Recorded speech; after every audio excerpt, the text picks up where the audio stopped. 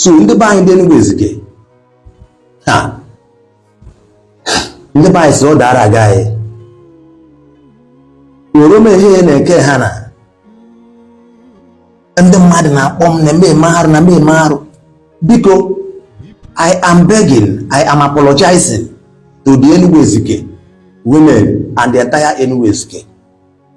Uzoma benezi and le ihe suyefitable. What caused that is that there were so many cases in the Enugu Ezike by Muji. The thing and a woman, if no one man married the thing buru, and they came to me and they knew them maka that thing before the marriage mechi amam te no woman. So, you know, I was praying about it, and the thing they do too much. Amen and amen. So that is why when we do kuchipu the thing pota. My name mistake me, but I'm not why Enugu Ezike. No, it's a lie. And we're all to why Enugu Ezike very faithful. Not all of them, please. Please, don't forgive me. Just forgive me. Let me take it now with slip of tongue. Man, not booking no go in the name home. Only in the name home Enugu Ezike and other places. Man, not booking why Enugu Ezike. Biko, one of our brother, Anika TV. Mbona na gbanwe ya rebo. Obu na this Anika TV mara onu muji ya na one young man sim 2 comedy. Aging these people anya ishi. Ihe pata tereme post le imago ma okwu maka help o nwere purpose. That Anika TV and sim 2 o nwere mention phone number ha. Because that Anika TV personally o nwere likeness nwere bono. O mara dozi okwu o nwere ka okwu ya na o nwere okwu basatalo basatalo na eme na Igbo eze not once. You know, I just like the man. I'm ndo ugbo na-eji m sim 2 comedy, yes, and this Anika etu ọnụ be he no why not bụ so he nwere bloggers, you know. So I'm surprised he had the right one because no I didn't mean that no, all the women in Enugu Ezike, please, as in the majority of them, some of them, not all of them. So in a part of this video, now, even I'm not around, when a part of asking you, part of this video is to tell them that it's not all of them, it's not all the Enugu Ezike women. No, everybody, or just like me, we keep but a family. We go on and no, and mommy adoy. You just send them. I have no.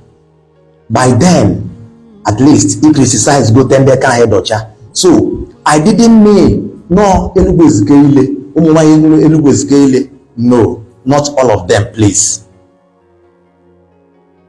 Please, Anika. Forgive me, I'm your brother and you are my brother. One day, them they have. If you know to get sim 2, that sim 2 will bro. Only one man marry here in Anambra State. Mucho mona assume them connect. I am a go this and the big man because of only a garanf on a pogare. Jabenja like in that sim 2. Omare imago omare me has play and on the buy.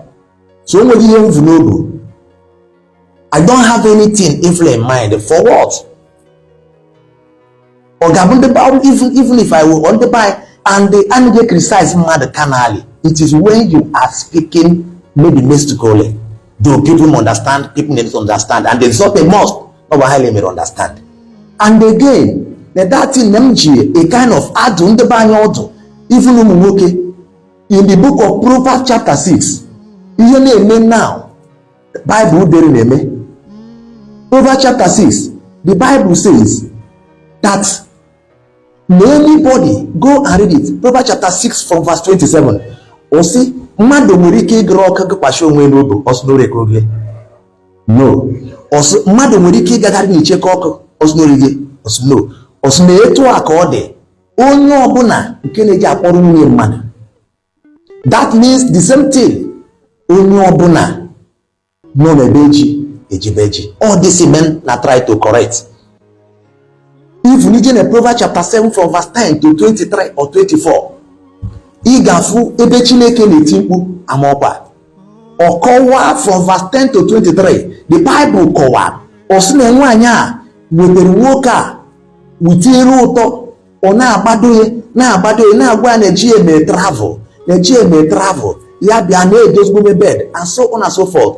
Imago ke Bible shall describe ihe osu na oge soro luso nwunye mmadụ osu na nwunye mmadụ a ga-emegide onye a. Go from verse 20 down, the Bible say na nwoke anụ nwa ọkpọzi na-eso ya amaghị that none of the dangers of death, and by doing so o mechiri ihe mfo mere ewerishi nwoke. It is because of how some of our men used to die. Onye ọbụla na-anwụ, you understand? Mana onye ọnwa afụ nwaanyị letara aleta maọbụ iji eje meme ego you begin look ekpere onye ekpere bịa onye ekpere mbọ a na-ekpe ekpere. So I am receiving the ikpe dị too much. Ebere ụmụ nwoke a na-eme especially in the Enugu ejiri mara anyị before. So ihe m na-ekwu bụ please, ana m asụ ya n'olu ba everybody no man. Please, I am begging and apologizing. Please, I didn't mean no Enugu women, all the Enugu women. No, kedu ma candidate faithful.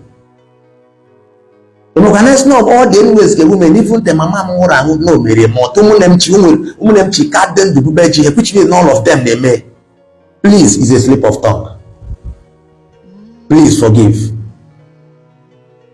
Biko, unu wote kuma. Ndo na wole weko meri, unu wote no wanyai, ndo ba sino munyi no nikaso. Anu beko unu ekpere o. Amen and amen. So unu wote weka no wanyai. Iba na muru wechi ne ko mja banek. Megi muri ko banem tomorrow, please. Mo bla bla le unu wa o ye mere kaka no. It's a slip of tongue. So many people they make mistake. They do better than I make mistake. We are human beings. Nobody is perfect. Please. Oh, please. The vice no so what's your coma. On the bosso akanyo. The mind anyways. Then the youth akanyo. Biko abumonwa onu munemchi. Mbeme ejele. Mbema anon. Biko all mistake. Man obugo no nwere ndị na-eme hejureju. No obugo ha ile, obugo Enugu women ile at all. Please. I don't know whether unu make my apology accept. Unu banum anyika amacho number ya, baga da be meme hana. For a reason, unu banum. I'm very sorry. If anything that I'm supposed to do, I think I have done that. Please, Ben Nadam that comforted because I'm not around. Please. Some people can assume, why did you say it's openly in the church? I don't want to go there, and I don't want any dragging. I say I am sorry and I apologized. So please, God bless you. Receive my apology. All the Enugu women, please. I didn't mean that all of you. No. It's a lie.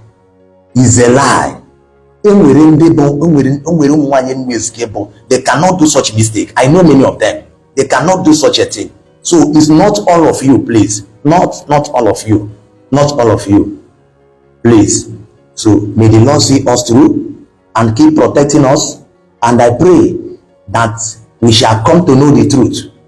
John chapter 8 from verse 32 to 36, so that the truth can set us free. May the blessings of God be upon us and be upon even Enugu women and all the Enugu, even the youth. The Lord will help you to prosper. God bless you. Thank you so much.